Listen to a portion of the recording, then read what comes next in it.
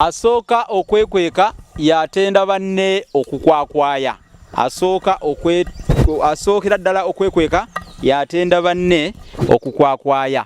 Olugero olwo lwe bayita asooka okwekweka yatenda banne okukwakwaya lugero lulungi nnyo era mu mbuulire yaffe olwaliro twagale tubagambe tubategeeze ti abantu abasooka okukola ebintu balowooza nti abaddamu okubikola nga bo babimaliriza dda bo tebabikola bulungi oba tebabikola mu butuukirivu bwabyo.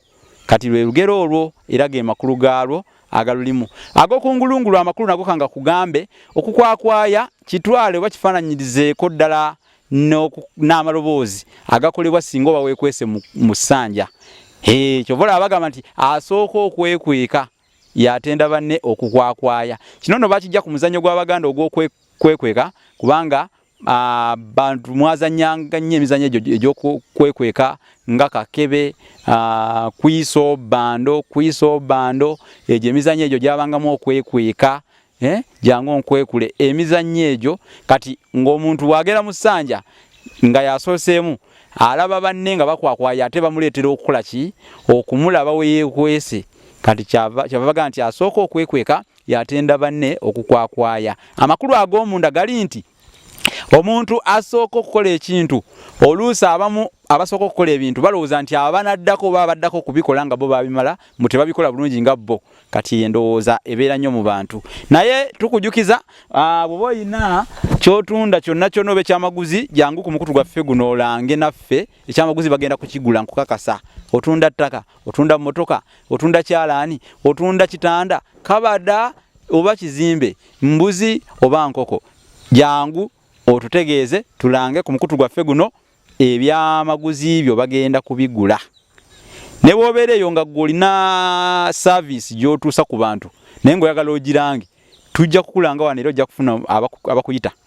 Oyinza okubeera eyo nga wakuguka bya plumbing eby'amazzi, oyinza okubeera eyo nga gw'omanyi bya septic tank, oyinza okubeera eyo ng'omanyi kusima nayikondo, oyinza okubeera eyo ng'omanyi kusima oba kaabuyonjo naye nga toli ntofuna mirimu. Jangu ku mukutu guno olange service eyo bajja kukuyita buyisi nti bulijjo nanoonya dda akola kino.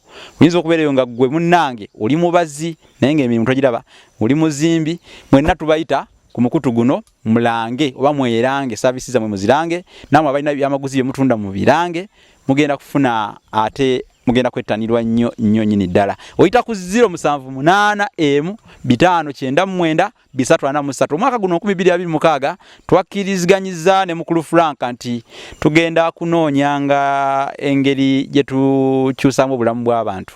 Tutya tubawadde platform yino ogenda kujja twogezeganye tulabe engeri gye tukuteeka ku mukutu guno tukutumbule naawe.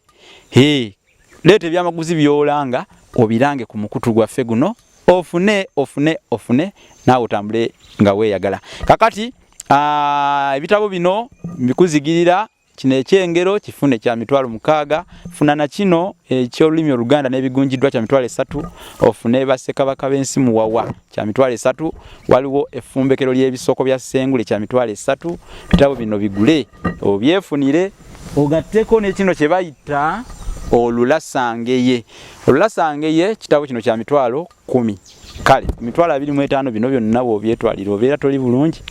Byegulire nno yita ku 0788599343. Naawe ali eyo nga oyagala kukukwatira video, kukubira bifaananyi, omukulu Frank wa M Frank Media ebyo yabigunjukira. Omusimbu agunjukira kigwo. N'olwekyo mutuukirire yita ku simu eyo gye nkuwadde 0785599 ate omutuukeko. Kale olw'okuba nti nno okusiimula engalo kuva ku mukuto ate ne kanve enkoto nga n'ebyayo kyabiyidde. Olugero olwo nalwo ndubaweereza. Kati katukomeko wano mu kanyomero kaffe kano akayitibwa embuulirire. Jjukira bagamba embuulirire tefa yonna.